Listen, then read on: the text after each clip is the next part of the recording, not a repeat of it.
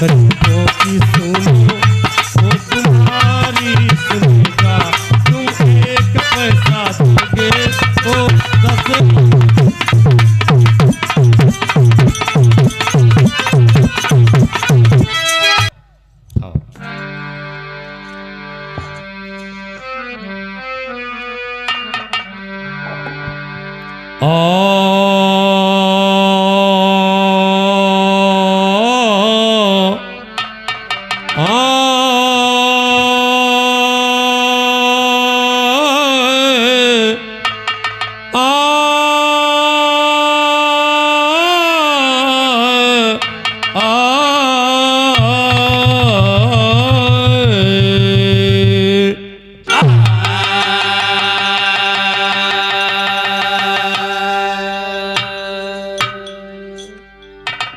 माँ का रहा अकेला लाल, माँ का रहा अकेला लाल,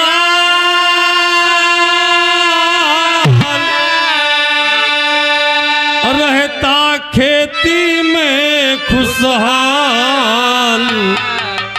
ध्यान कर सुनो सज्जनों थी पतिव्रता नार।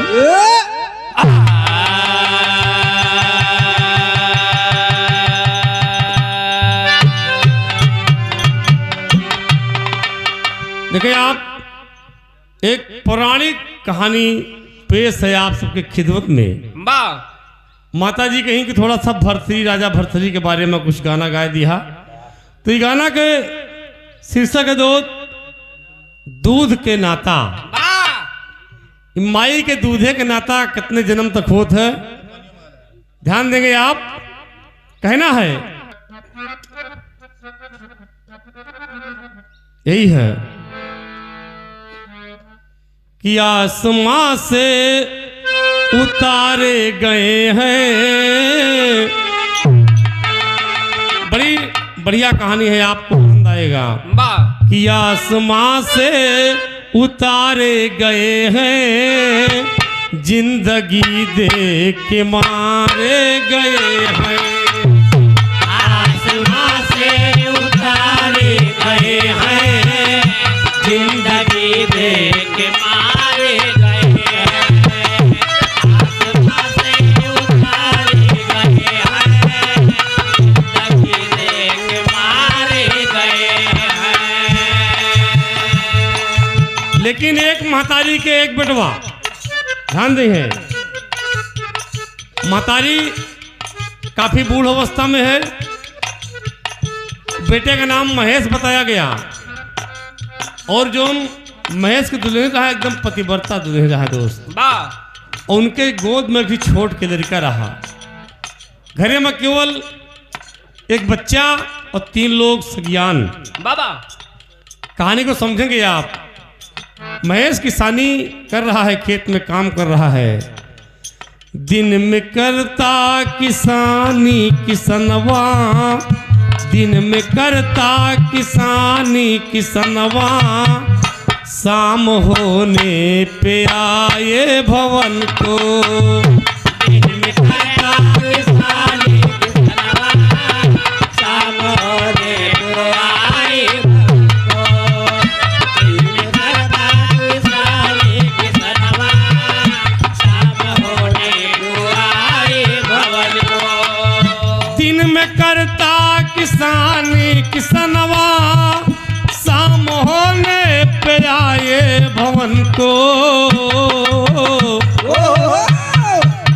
भैया बूढ़ी माँ प्यार करती ललन को, बूढ़ी माँ प्यार करती ललन को, नारी भी प्यार करती सनम को। बूढ़ी माँ प्यार करती ललन को, नारी भी प्यार करती सनम को।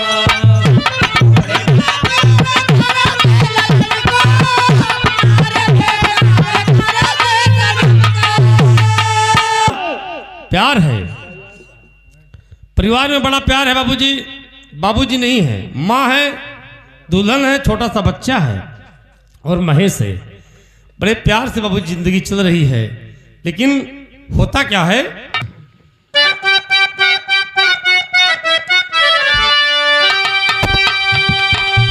बड़ी मेहनत से वो खेती में काम करता था।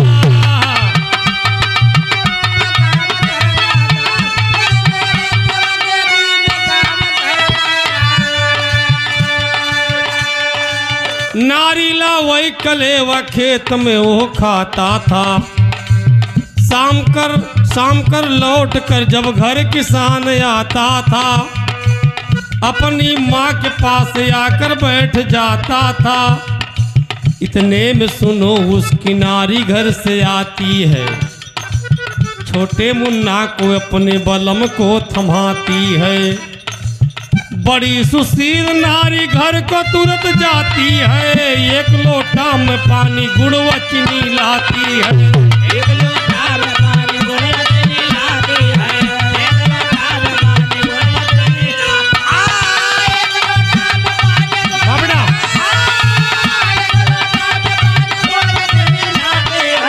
एक लोटा में पानी गुड़ व चीनी लाती है। एक लोटा में पानी गुड़ व चीनी लाती है।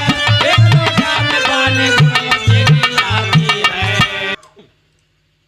औरत, हाँ, जब शाम को काम करके महेश किसान घरे आवे तो जाए कि अपने माई के पास बैठ जाए, तो माई एकदम पेटवा सुहरावे लागे, मोड़ सुहरावे लागे।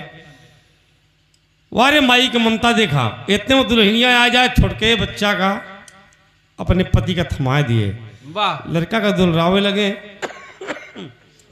इतने माँ गुड़ चीनी जो गुद घरे में रहा लेके आवे।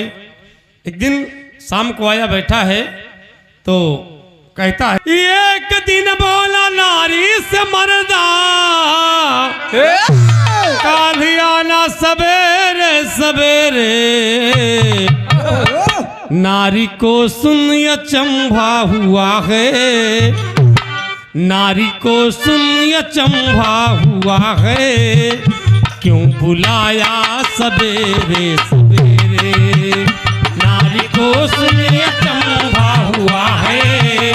क्यों बुलाया सवेरे सवेरे, नारी को सुने अचंभा हुआ है। क्यों बुलाया सवेरे सवेरे। क्यों बुलाया सवेरे सवेरे, क्यों बुलाया सवेरे सवेरे। नारी को सुन अचंभा हुआ है। क्यों बुलाया सवेरे सवेरे, नारी को सुन। बहुत से भादर कब शेर हुआ। बुलाया सवेरे सवेरे, नारी को सुने अचंभा हुआ है। क्यों बुलाया सवेरे सवेरे। देखिए आप, शाम का वक्त एक दिन काम करके आया बैठा है और अचानक अपने दुल्हन से बोल पड़ा, करे कल थोड़ा भोजन पानी जल्दी लेके चली जाऊँ। वाह, कहे मतलब, कहे कल खेत में काम ज़्यादा है और मेहनत वाला काम है, भूख जल्दी लाग जाई और भोजन लेके जल्दी चली जाऊँ। कहा ठीक। तो कहना है, बड़े सवेरे उठा बहादुर, बड़े सवेरे उठा बहादुर, लिए फावड़ा चला किसान।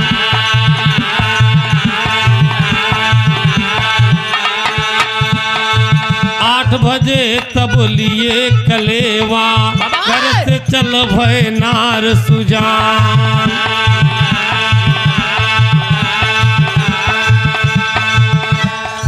सासु बोली कावख पौहर जबरो ये संतान।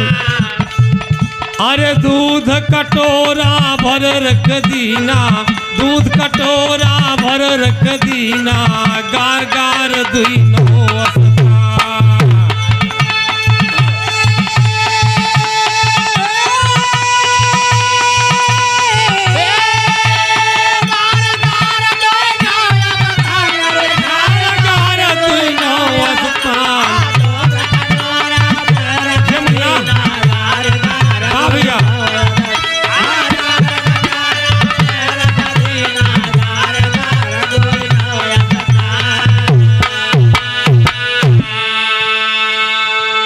हुआ सवेरा बाबूजी किसान लेकर के फावड़ा महेश किसान लेके फरुआ एकदम चल रहे हैं। वाह पहुंचे खेत में और जब सुबेर होते चला गए तो दुल्हन बाबूजी जल्दी जाग गए। वो इंतजाम करत बा लेकिन छोट के लड़का बना ओके बब्बू है ओके खवाओ पियाओ माँ देर हो गए। बाबा तो देर हो गए। दुल्हन जब चला चाहत है तो सासू माई बोलो थे कि ये दुल्हन तू जाती है अगर ये लड़का रोवे लागे अगर ये लड़का रोवे लागे तो हम का खिएबे। वाह कहा अम्मा परेशान दिन हुआ। दुल्हन बाबूजी एक ठीक कटोरिया रहा है वही कटोरिया में अपने स्तन से दूध निकाला। देखें आप अपने स्तन से दूध निकाला और उसी में रख दिया। बाबा कहा माई अरे राम छैलाई जब गोदी कही रवा है अम्मा अरे छैलाई जब गोदी कही रवा अरे दूध से भरा कटोरा अम्मा दिहु पियाई छैलाई जब गोदी कही दूध से भरा कटोरा अम्मा दिहु पियाई चलाई जब गोदी कहे आगो से भरा कटोरा अम्मा के हथियाए चलाई जब गोदी कहे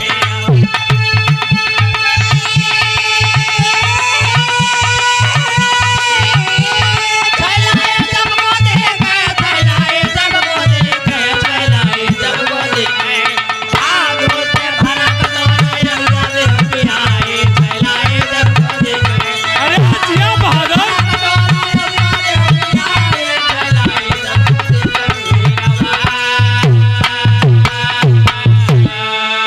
दुल्हन बढ़िया थाली सजावे लाग एकदम सकपैता भात बासी रोटी सब कुछ लेके बथुआ सकपैता रहा सब बढ़िया सजाए के जब जाए लगी तो सासू रानी बोला थी कि बहू अगर आवे में देर हो जाए तो लड़का नान क्या है कि हम का पिए हुए बाबू जी अपने स्तन से अरे एकदम दूध गार के एक कटोरिया में कटोरा में अरे दिन कहा अम्मा जब बब्बू रोवे लगे तो एक माई पिया दिहू ठीक।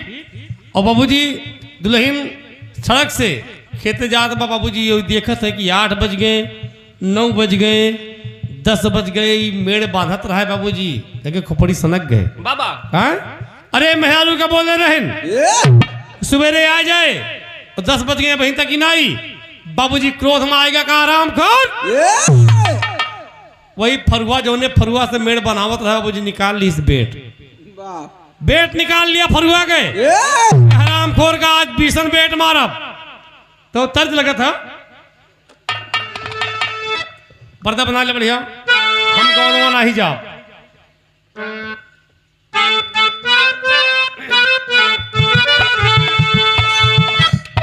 तर्ज अरे हम गवनवा नहीं जा रामशंकर भैया कोनो पहले समय में लड़कियन के शादी बहुत बचपना में हो जात रही बचपना में शादी हो जाए बियाह हो गया है और 9 साल के बाद वो गौन बना रहा है तब तक लड़की सगियान हो गए जब सगियान हो गए गौन मांगे वाले आए लड़की कही कि अम्मा ये लोग काहे दरवाजे आमा है कहे तोहार गौना जाएगी बाबा अरे ये गहन के महीना में तोहार गवन जाए के बा लड़की बोलत है हम गवनवा नहीं जाब है माई अरे हम गवनवा नहीं जाब और नई नई प्रीत लगल हिरनवा हम गवनवा नहीं जाब नई नई प्रीत लगल हिरनवा हम गवनवा नाही जाब नई नई प्रीत लगल हिरनवा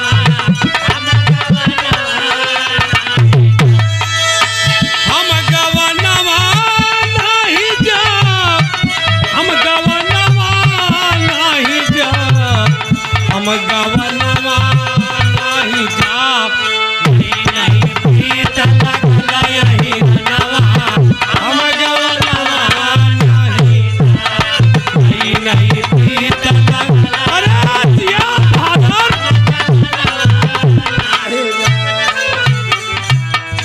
लेकिन ये भैया अब दुल्हिया आई ना बाबा देखें आप क्रोध में किसान है एकदम फरुआ का पेट उखाड़ लिया का राम खोर अब अभी तक ना आईस बाबा क्रोध में है कहे अब दुल्हिया आई ना और झंखई खितावा माँ किसनवा अब दुल्हिया आई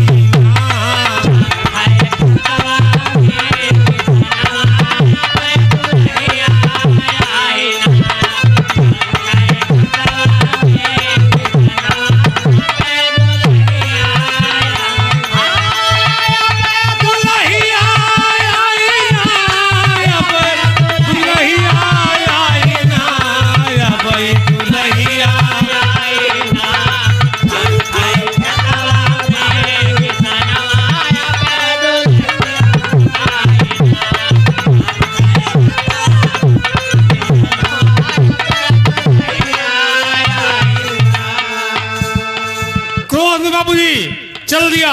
अरे गुस्सा हो खेतवा से चला किसनवा, गुस्सा हो खेतवा से चला किसनवा, पहुंचा जाई भवनवा ना, पहुंचा जाई भवनवा ना, पहुंचा जाई भवनवा ना। ए भैया खोल के वड़िया गईले अंगनवा, खोल के वड़िया गए अंगनवा, अब दुल्हिया आई ना।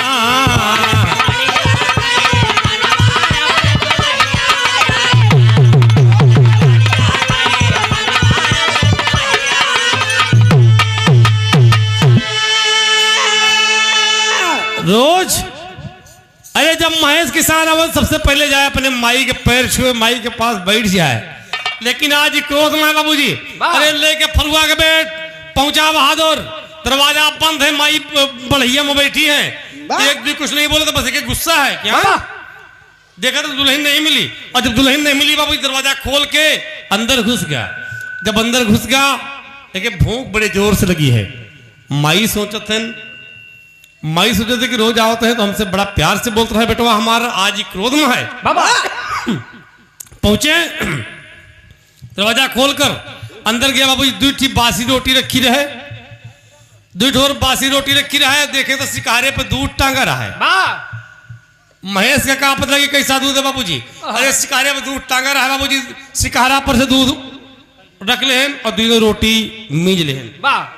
ए भैया पहुंचा बहादुर, अरे शिकारे पर से दूध उतार लिया, होके कहा पता कि भैंसी गाय की दूध है कि कोनो हमारी दुल्हनी की दूध है। उतार ले बाबूजी, कटोरवा उतार लिया और रख लिया, और दूसरी रोटी वही माँ मीन डाले। अब देखा मामला गड़बड़ात है। ये गाना का मतलब समझिए आप, माता के दूध के नाता कई जन्म तक होत है, समझिए ये बात का।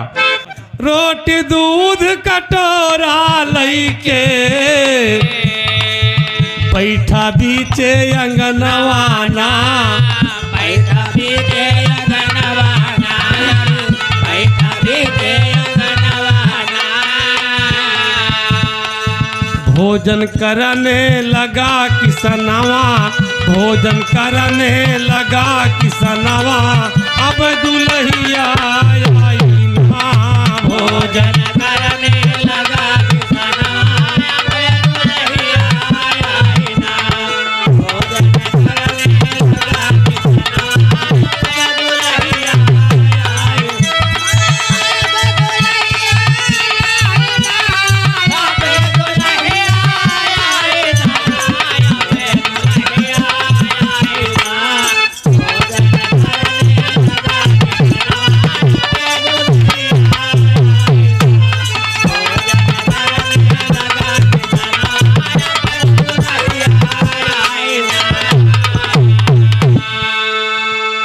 देखे आप बाबूजी, दुल्हन खेते गए, दुल्हन तो सड़क से चक्रोट से गए, और दुल्हा के लाग रहा है भोग रहा है गुस्सा में बाबूजी कि चलते आज बहुत बहुत बेट मारब, कि खेतारी मडारी खाटा खूंटी की जरूरत पहुंच गए। दुल्हन बाबूजी जैसे एक कवर खाए, दो कवर खाए, तीसरवा जैसे खात रहें, तब तक दुल्हन बेचारी लौटी आई। लौटी आई, ये खड़ा भी रहा है, जौन खिलाल लोग जांघिया पे गावत रहे नकारा पे, मेरी के दूध, मेरी के दूध देखा कई गाये आहारा, मेरी के दूध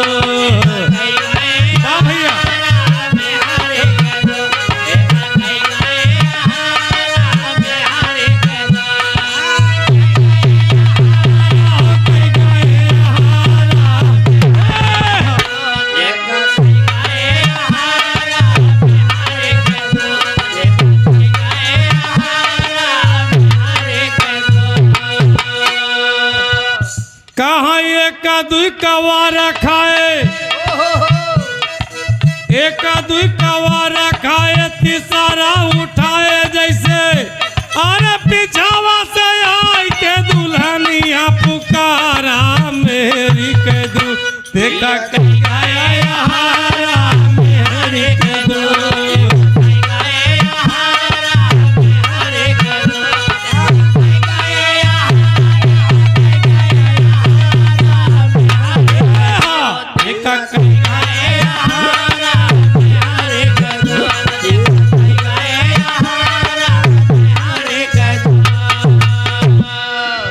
दुई कवर खाए रहा तीसरवा जैसे खाए का करें, अरे वैसे वो दुल्हन हाय कि पीछे से हाथ पकड़ ली, इसका रुक के बेटी भैया रुक के रे ना खा। आंख लाल के देखा तो कहे पिया एकदम गड़बड़ कर डाले, अरे एकदम गड़बड़ होगा, कहे मतलब का है रे? दुल्हन बोला था कौने भाव में बोले, पहले उस समय में पुराने समय में जब होली बसंत पंचमी से ही गौने गाई जात रहा है। अब आज वाली जो मेहरुए यहाँ वह जनी है जो आजकल दुल्हन बुल्हन आवत यहाँ घरे, उनका ये गीत के मल में नहीं है। ये हमारे जो माता बहन लोग हैं ये पहले गावत रही गाँव की कोनो दुल्हनी के दुल्हा परदेश में है तो ऐसा लहाय के गाँव में होली में होरी गाना में कहीं मोरी झूलनी आरा झीलऊंगा डारी बलमा घरे नाई, मोरी झूलनी आरा झीलऊंगा डारी बलमा घरे नाई, मोरी झूलनी आरा झीलऊंगा डारी बलमा घरे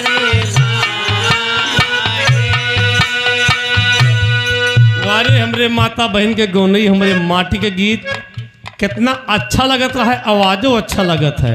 और आगे गाँव में पैया मैला गू तोहरे लहूरा देवा रावा हो, पैया मैला गू तोहरे लहूरा देवा रावा हो, पैया मैला गू तोहरे लहूरा देवा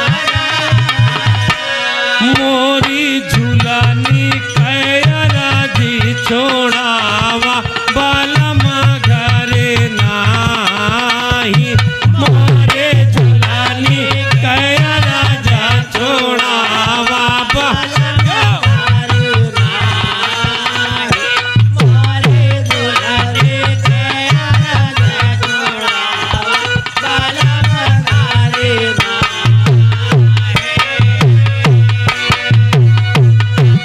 यह तर्ज बा, लेकिन वो दुल्हन बोलत बा इसी भाव में कि पिया तनी कौना मनामा बिचारा गजब काई डार, पिया तनी कौना मनामा बिचारा गजब काई डार, पिया तनी कौना मनामा बिचारा गजब काई डार। दूध कटोरा भारी हमारा की गईली हो, दूध कटोरा भारी हमारा की गईली हो, दूध कटोरा भारी हमारा की गईली हो, पिया मेहरी कैनाता छोड़ाया गजब काई डार, पिया हमारा दूध खाई डार गजब काई डार, पिया हमारे दूध खाई डार गजब काई डार।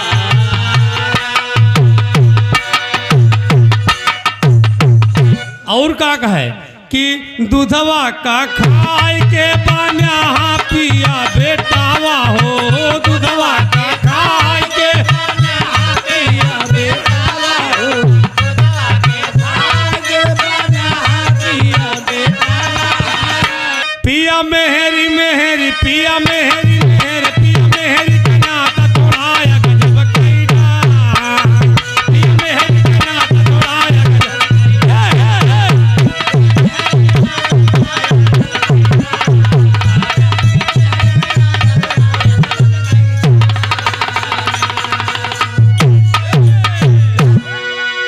भैया हो।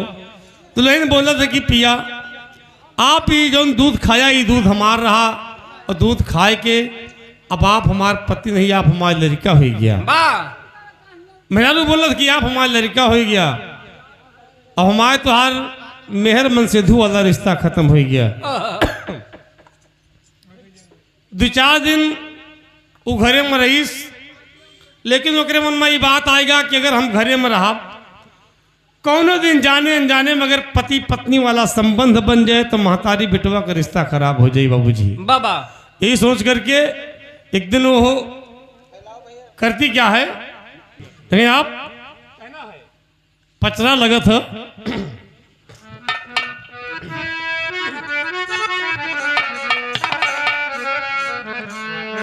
तरह तो सबे गाइस लेकिन हैदर जी के पचरा मशहूर रहा दोस्त। वो गावत रहे कि बंधी है मऊरवा माथे अरे लगी है चौरवा अरे मुड़े मऊरवा धई के ना हो मुड़े मऊरवा धई के तो भैया मोरा बनी जई है दुल्हावा मुड़े मऊरवा धई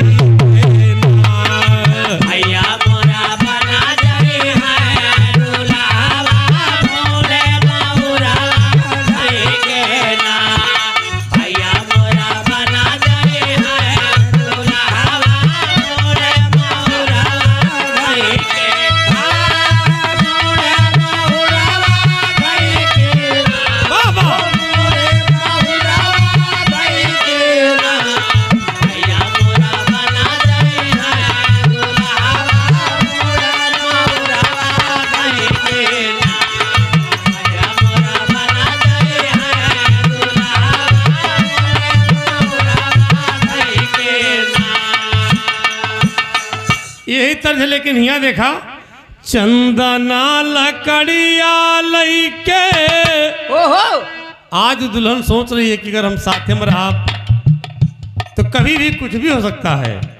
ये सोच कर क्या करती है चंदना लकड़िया लईके चितवा सजवली अरे कफनवा लईके ना अरे कफनवा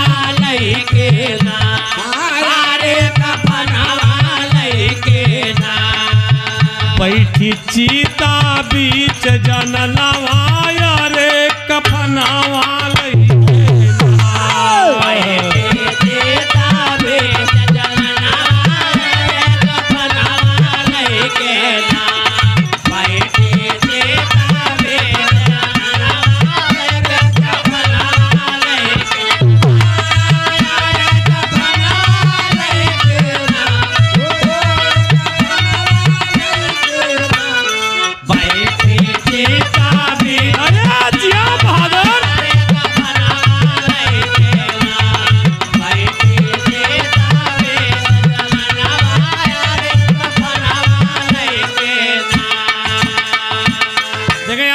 आज वो बाबूजी अंगनैया में चिता लगाकर अकेले मौका पा करके बाबूजी जल गई बाबा और जल गई।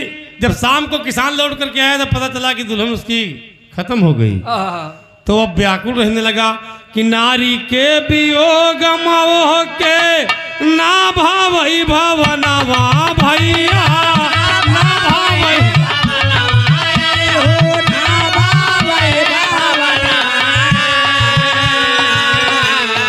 हरे कफनवा लईके ना हरे कफनवा लईके ना तनवा तजदी हले किसनवा रे कफनवा लईके ना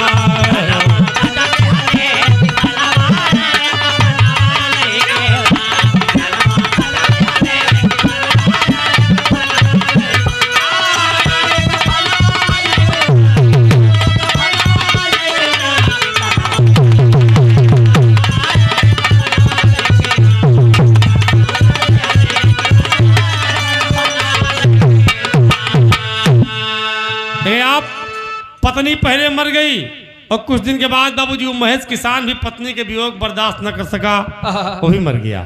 और जब मर गया तो कहना पड़ा, जन्म दूसरे में भाई ओ बना भरथरी राजा, जन्म दूसरे में किसान भाई बना भरथरी राजा। अरे श्याम देई रानी हो गईली, अरे शादी का रचात का जाहो, राम छैलाई जब गोदी कही रवा। अरे तो शादी गौना कई के घर दुल्ही आया आई, छैलाई जब गोदी कही, शादी गौना कई के कही भागो।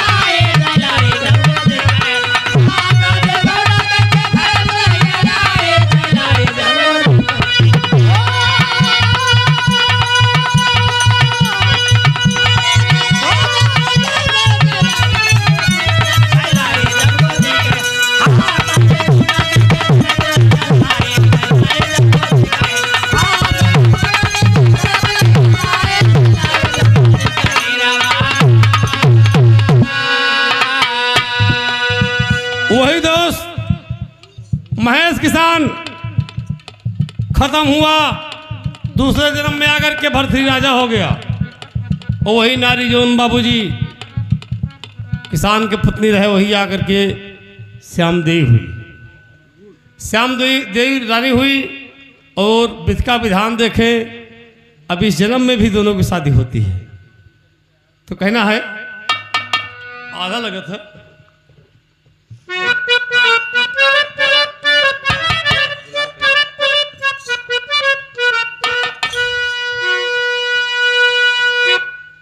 अरे भैली सगाई अइली, अरे भैली सगाई रानी अइली महलिया ये भैया।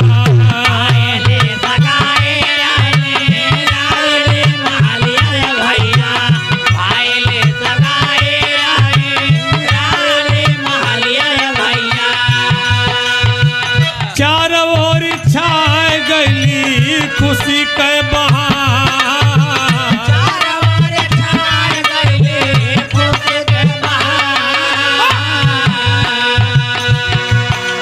सेजा सजा के जो है राजा के डगरिया रानी, सेजा सजा के जो है राजा के डगरिया रानी। मानवा में आसावा के बगिया सजा,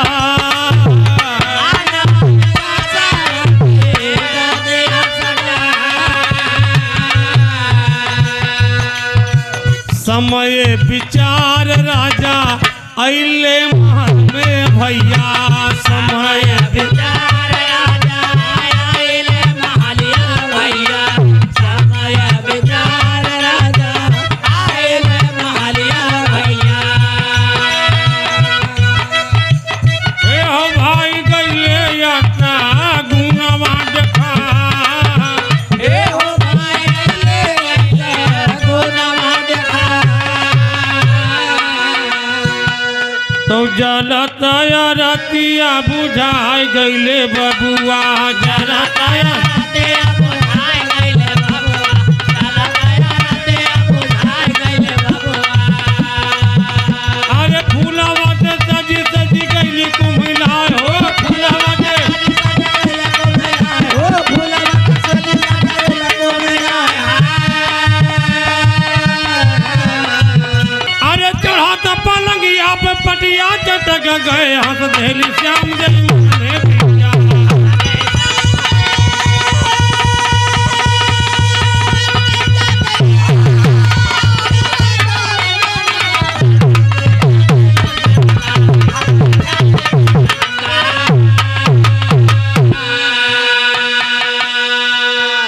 ध्यान रहे दोस्त, दूसरे जन्म में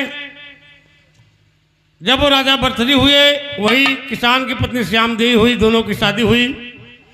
अब आज श्याम देवी रानी बढ़िया पहली रात है सुहाग रात की, बढ़िया शेर सजा करके घी के दीपक जला करके बाबूजी सोच रही है कि आएंगे तो अपने पति की हम आरती उतारब।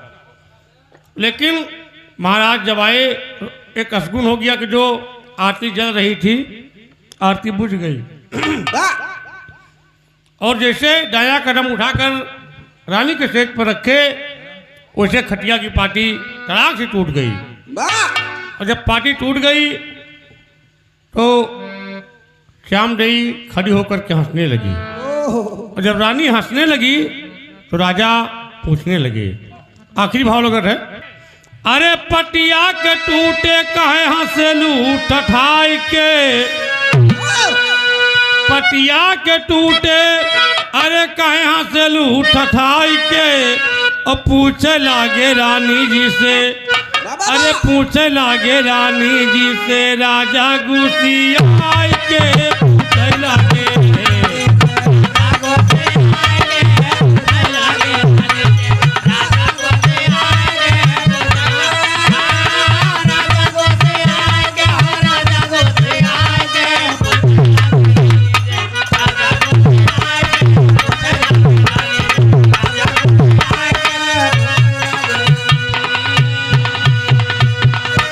रानी हंस रही है और राजा एकदम व्याकुल है आज सुहाग रात है।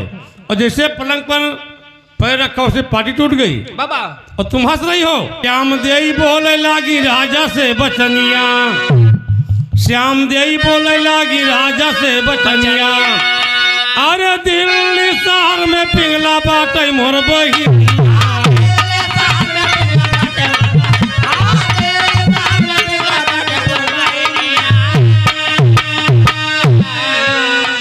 पिंगला के पास राजा भेज पूछा जाए के पूछे लागे रानी जी से राजा ऋषि आए के।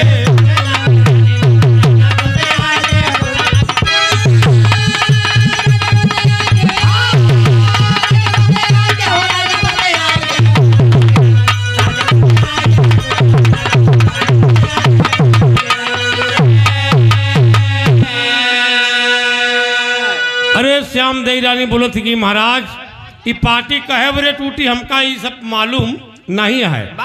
अगर आपको जानकारी करे का है तो दिल्ली में जाओ आप। मेरी एक बहन है जिसका नाम है पिंगला, पिंगला के पास जाओगे पिंगल विद्या का ज्ञान है, सब कुछ बता देगी। और जाते हैं पिंगला के पास, पिंगला से कहते हैं कि पिंगला बताओ कि हम तुम्हारी बहन के सेज पर मेरी सुहाग रात थी और जैसे अपना दाया पैर रखा वैसे खटिया की पाटी टूट गई। और पाटी टूटी तो क्यों टूटी? श्याम पिंगला बताती है कि महाराज आप जाना चाहता। पिंगला बाबूजी उस अपने पिंगल विद्या से पूर्व जन्म की बात को बताती है।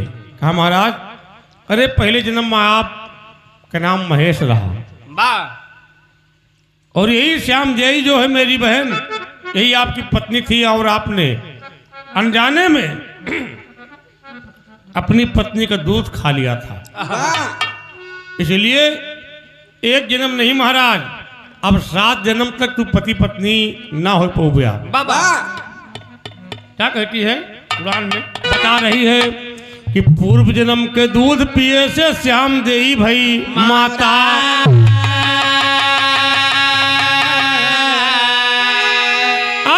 कारण से पाटी टूटी लेखनी लिखे विधाता हो। अरे राम छैलाई जब गोदी कही रवा। महाराज दूध का नाता 7 जन्मों तक होता है। आप 7 जन्म तक पति पत्नी नहीं हो सकते हैं। ध्यान रहे दोस्त, जो हम आप जब हमारा आपके ब्याह होत है 7 चुटकी सिंदूर मांग में डाला जाता है, 7 फेरा लिया जाता है। ये भी 7 जन्म का बंधन होता है और माता के दूध के नाता भी 7 जन्मों का होता है। बाबा पिंगला बता दिया, राजा को ज्ञान हो गया। उसी जगह से बाबूजी महाराज भर्तृहरि जोगी के भेष में आ गए। पूर्व जन्म के दूध पिए से श्याम देई भे माता।